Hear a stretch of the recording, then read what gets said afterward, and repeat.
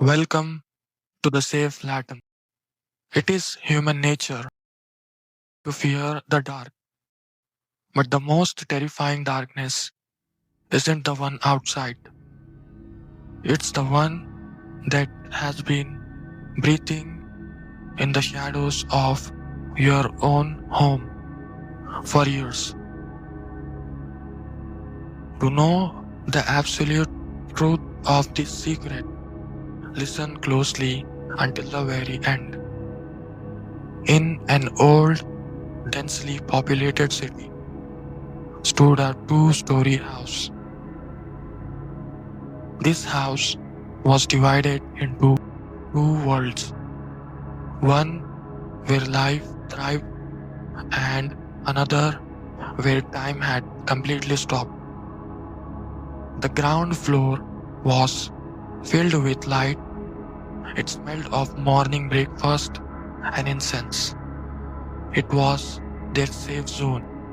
But directly above them, the second floor had been abandoned for years. No one ever went up there. It was filled with dusty books, broken furniture, and the dry, stale smell of termite-eaten wood. When the family slept downstairs, they felt a sense of relief, thinking that locked rooms only gather dust. But that is humanity's greatest mistake. The darkness you live alone for years breeds things that despite the light, things that sit right above your ceiling, listening to your voices for decades. An ordinary night, the young boy of the house walked up to that empty floor, searching for an old belonging. The time was exactly 2:15 a.m. He stepped onto the upper floor. It was pitch black. As he walked deeper into the darkness, the air suddenly felt heavy.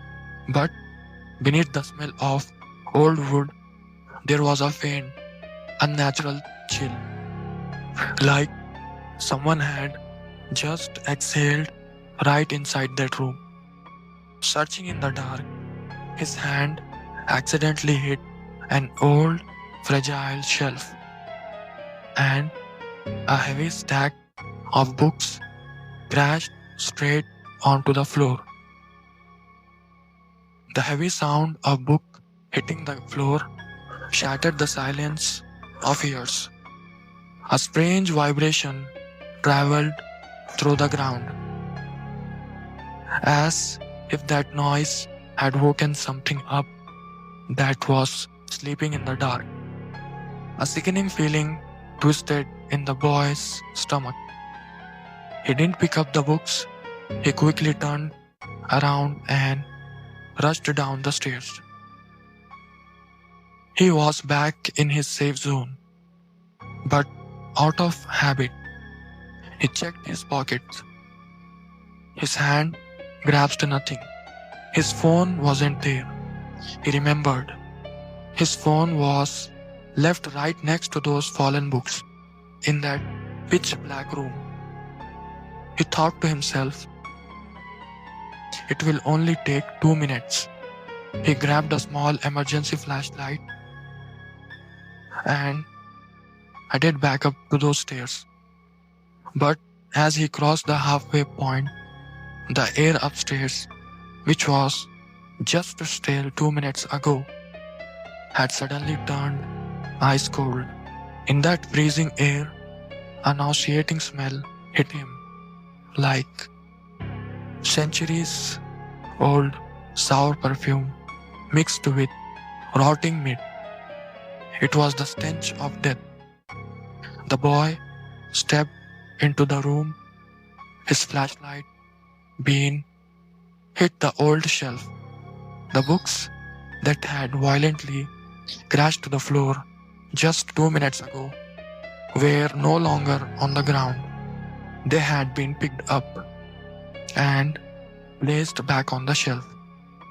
perfectly arranged, as if in those 2 minutes of dead silence, someone had picked up those heavy books with their cold hands, and whoever it was still present right there in the dark. With trembling hands, he picked up his phone as he was about to turn.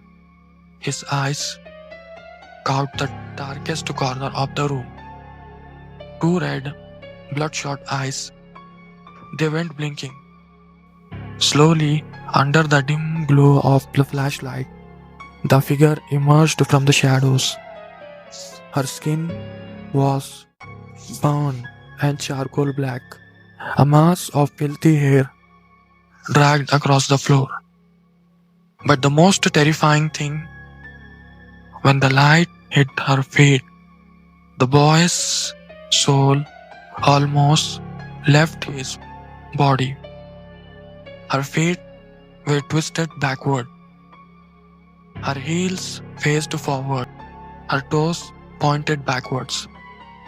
The entity had been waiting up there for years, right above them, waiting for them to sleep. The black woman took a step forward on those backward feet. The boy screamed, turned around, and ran blindly. In the pitch black, his foot slipped.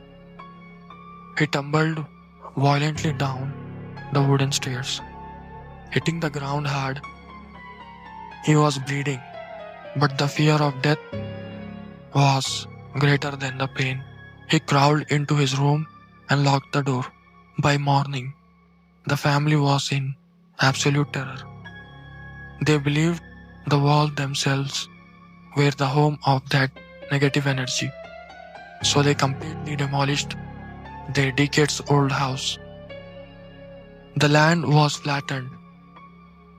They moved into a new, bright, and safe home. It was their relief, but that was their biggest mistake.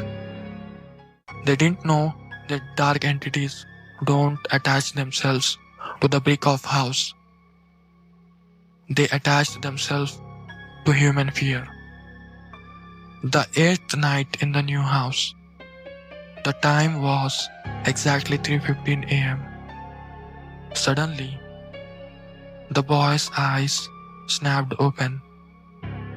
His body was paralyzed. He couldn't move a finger. He couldn't scream. The smell of fresh paint was gone, replaced by that exact same stench of rotting meat filling his new room. At the very foot of his bed, he felt an incredibly heavy weight.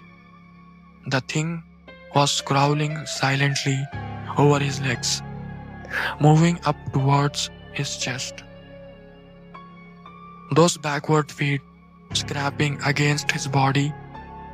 As she pulled herself up, the woman sat directly on his chest, and with her ice cold, burned hands, she choked the boy with all her strength. The black woman brought her charcoal face right in front of the boy's eyes. On her burnt lips was a twisted, blood-soaked smile.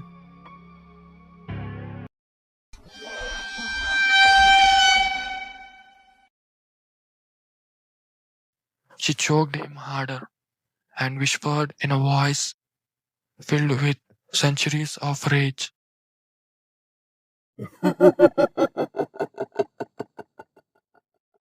Why did you break my home? How dare you? Now, in exchange for that house, I want you.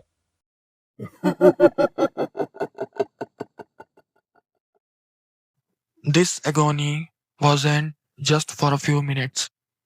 From 3 a.m. until the morning call to prayer, the entity tortured him exactly like that. The moment the morning azan began, she vanished. But the very next night, she returned. Every single night, the same torture, the same pain. What happened to the boy after that? Is he still alive today? Or he has completely lost his sanity? We don't know. His life is trapped in a terrifying infinite loop. An ending we may never know.